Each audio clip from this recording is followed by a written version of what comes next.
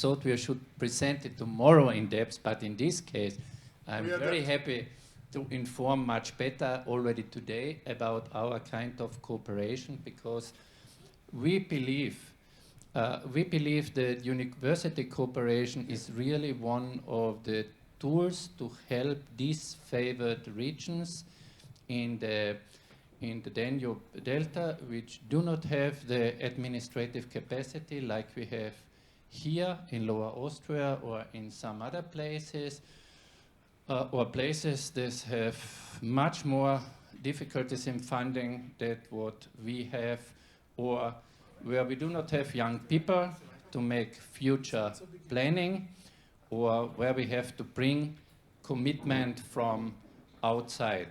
So this kind of cooperation is now going on for 10 years with Marius, and there are a lot of projects, and almost every year we have a new project, and we explore new regions all the time. And actually Marius presented already a presentation for today, and I'm very happy that we can now give you a short overview about this. Marius, the floor is yours. And I also would welcome my two foreign students from TU Wien. They are Japanese students, and just to tell you, so perhaps you will also get the possibility to attend one of these classes, so you wouldn't be the first ones to go to the lower Danube Delta with us. So let's hope for an opportunity. Marius, the floor is yours. Bye. Thank you, Meinhard. We think both that the best educational method is to practice and to feel the real size of the things and of the worlds, and that's why we insist in developing such type of workshops. As you know, Danube Delta has the last approximately 60 kilometers of flowing, so the last large town is Tulcea, and then Danube Delta divides into three arms. Sulina, Kilia, the border with Ukraine is here also, and Sfântu-Gheorghe.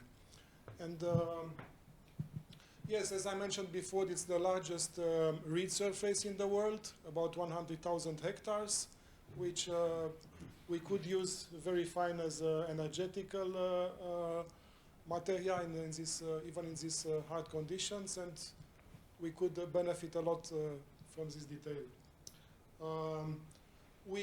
Our main place of developing the workshops were in the northern part of Sulina harbor, yes, which is, as I said, a commune called Cearoseti, which has a Russian village, Periprava, another Russian village, Sviștovka, an Ukrainian village here, Letea, and the Romanian one, Cearoseti, the headquarters, the name of the commune and the middle village.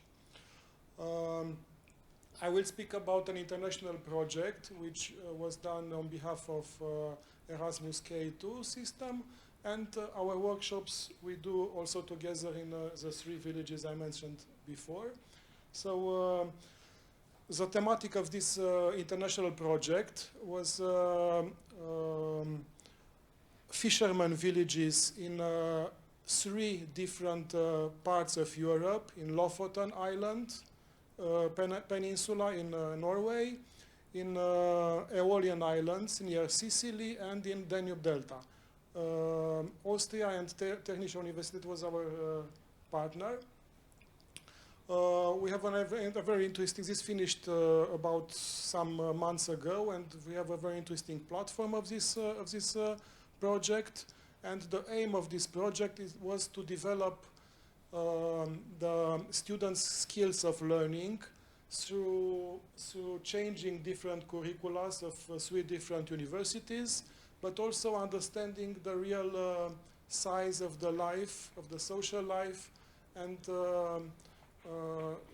what built area means in present.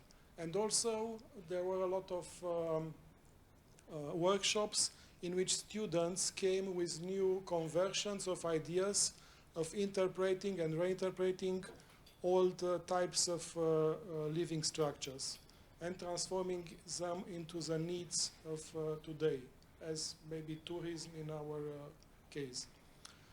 This is the image. These are some images of the houses from Svištovka. Svištovka was a village that had in the past about 2,500 people. Now there are about 30 people in the entire village, and most of the houses are a kind of best practice of recycling. So you find these houses just built by earth, wood, and reed. No foundation. You do not find, for example, stones in the Danube Delta. The image of the church, which of course is the most monumental part of the village, and you see it from maybe some kilometers away, because it's a plate terrain.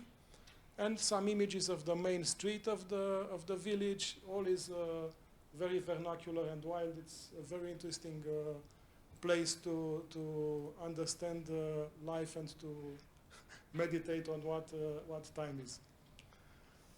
Students, here I present some examples of what students proposed for houses. There are examples of extension of houses, in converting them in pensions for tourism.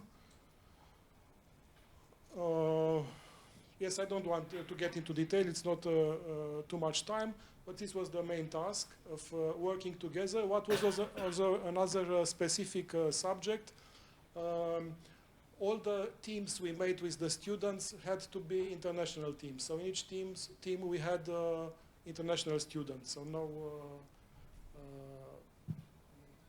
and this was maybe the most difficult task, to work through different cultures and nations for the same thematic.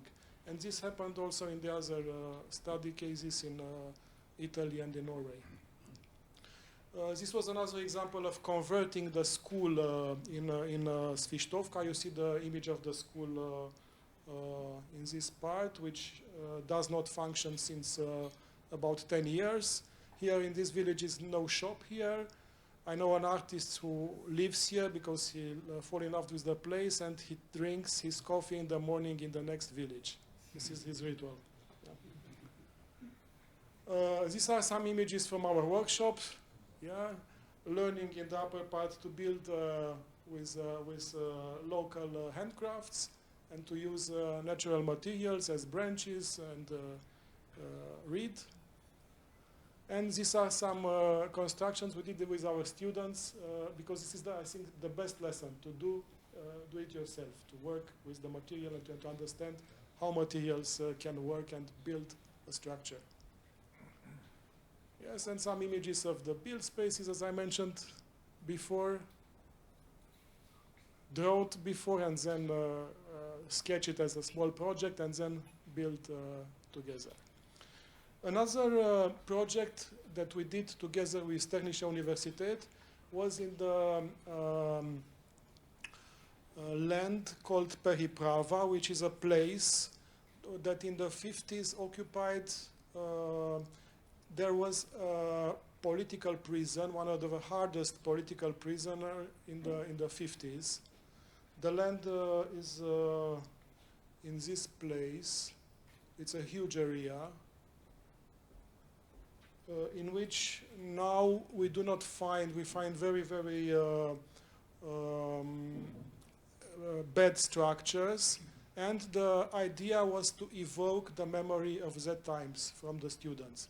And here I put also some examples of what students created in a minimalism way and in a metaphysical way, what they feel to recognize the place of suffering in that time, after the war and the fight against communists that arrived to these places. Yes, and these are, I don't get into details, some students' proposals of memory on that site. A kind of floating chapel here, done by reed and wood, or a kind of metaphysical structure that has the weight of the reed, in symbolizing the power. Yeah. As another light structure with a larger pergola, proposed by another student. Okay. And here are some images, of course, together with Meinhard in our field activities, and this was our short presentation for now. I invite you also tomorrow to see also the other projects. Thank you. Marius.